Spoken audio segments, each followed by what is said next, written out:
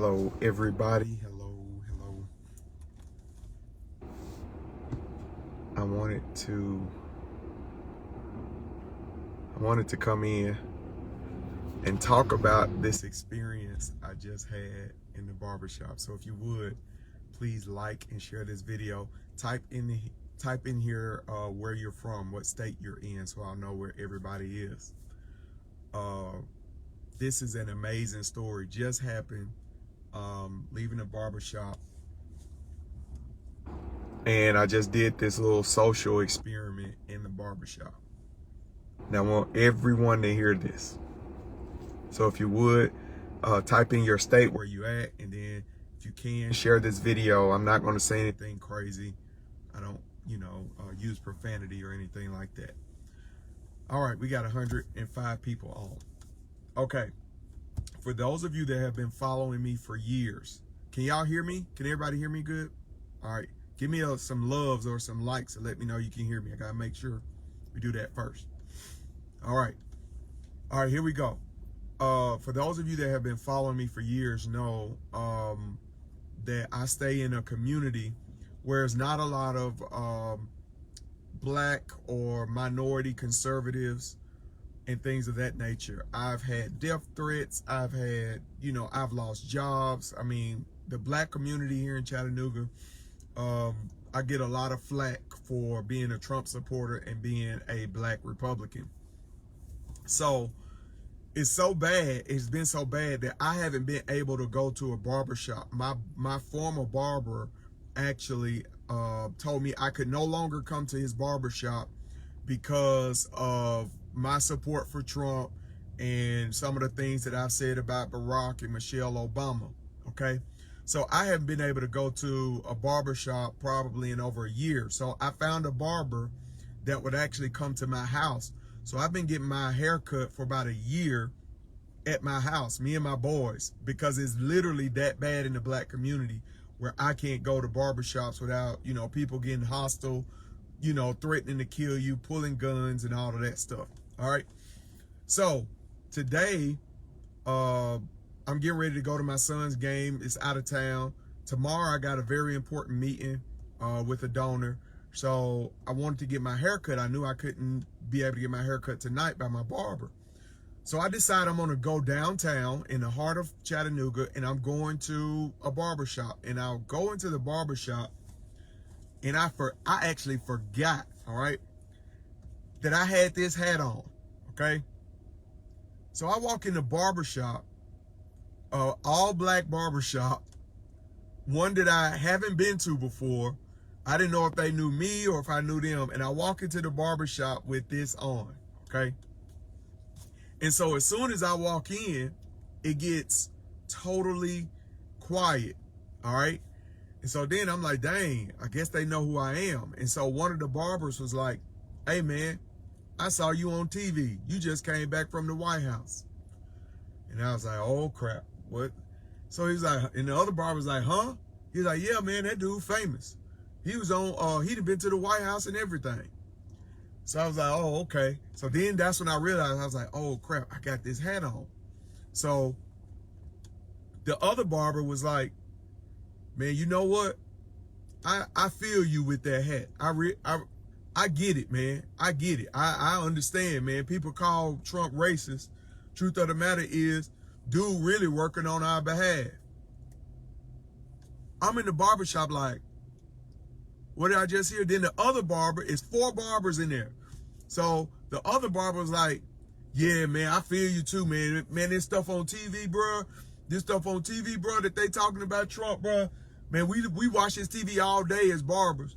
Man, all they do, they just hate that man. That man is just a New Yorker. They just hate that man.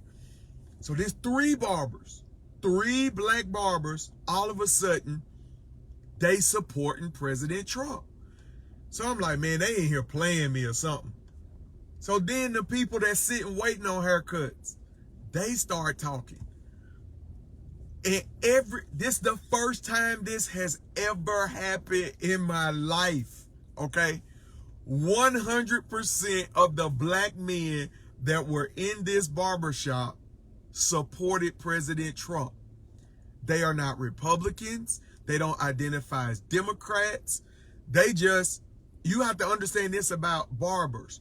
Barbers have a special feel on the economy, okay?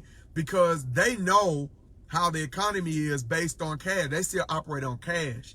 And so when people give them good tips and people coming in and getting haircuts and they making money, they know when the economy is doing good. And they begin to talk about how they made more money under President Trump than they've ever made being a barber. Okay? I've heard this from salon owners as well, that they made more money under President Trump than anyone else. Okay? So I'm just simply blown away. Those of you that have followed me know I go in a barbershop and it's usually always hostile. It's always me being put out. It's me arguing with somebody or everything. This was the first time where I got the pulse of the black community in this barbershop. When I tell you 100% of the people, of the men, black men in that barbershop were supporting President Trump. Now, that doesn't mean that support translates into votes. All right? It may not translate into votes just yet, but the support, the underlying support for this president among black men is there. And there's a reason for that. Is because a lot of us grew up in the 80s and 90s, like myself. We wanted to be like Trump. He had the girls, he had the money, he had the cars. So we grew up actually wanting to be like him. That's why he was in every rap video. Okay? It wasn't until he ran for Republicans and these Divine Nine Boule people started telling us that he was racist. These people that's in fraternities, the Ricky Smileys, the D.L. Hughley, these comedians that then all of a sudden became black leaders, start telling us to hate President Trump, talking about he's racist. So I wanted to come on here and just give y'all a feel of what's happening. So I end up bringing up Ice Cube. If those of you been following, Ice Cube is a former rapper. Now he's like a movie producer and all of that. And he came out and said that he was for, or he helped Trump develop the Platinum Plan, okay? That is a plan for the black community to help themselves, be personally responsible for themselves and to help themselves. And so Ice Cube has been getting dragged on Twitter because he's helping President Trump. And so, and this is the thing, the black woman is the backbone of the Democrat Party, not the black man. The black woman is the backbone because all of the money that has been given to the black community for these welfare programs, it didn't go to black men. It didn't go to help black men find homes or bring black men out of poverty. All of that money was for the black woman to stay in poverty, to raise her children, and to use the family court as a weapon against the black man, okay?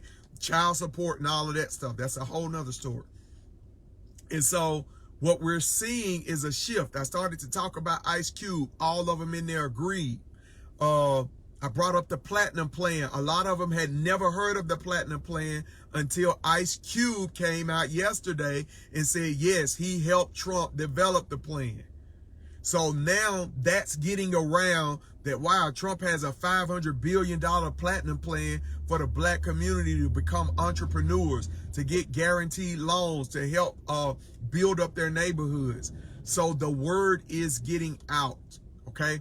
I wanted to come on here and just let y'all know what just took place at a barbershop by me walking into the barbershop with this hat on, okay?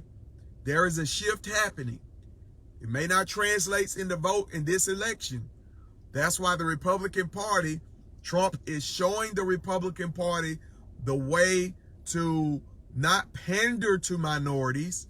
That's not what I'm asking, but to actually talk nickel and dimes with the minority community.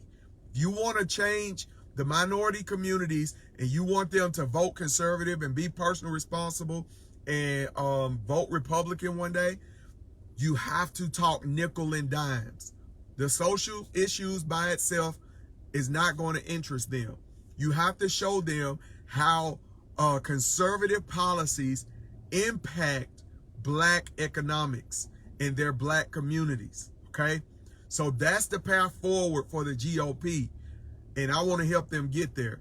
So if you would, share this video, because Black men are going to turn out in droves for President Trump. We're hoping for at least 12% of the Black population, but if we get 20%, it's a wrap. All right? I love you all. Thank you for following me. Thank you for supporting me, even during the hard times.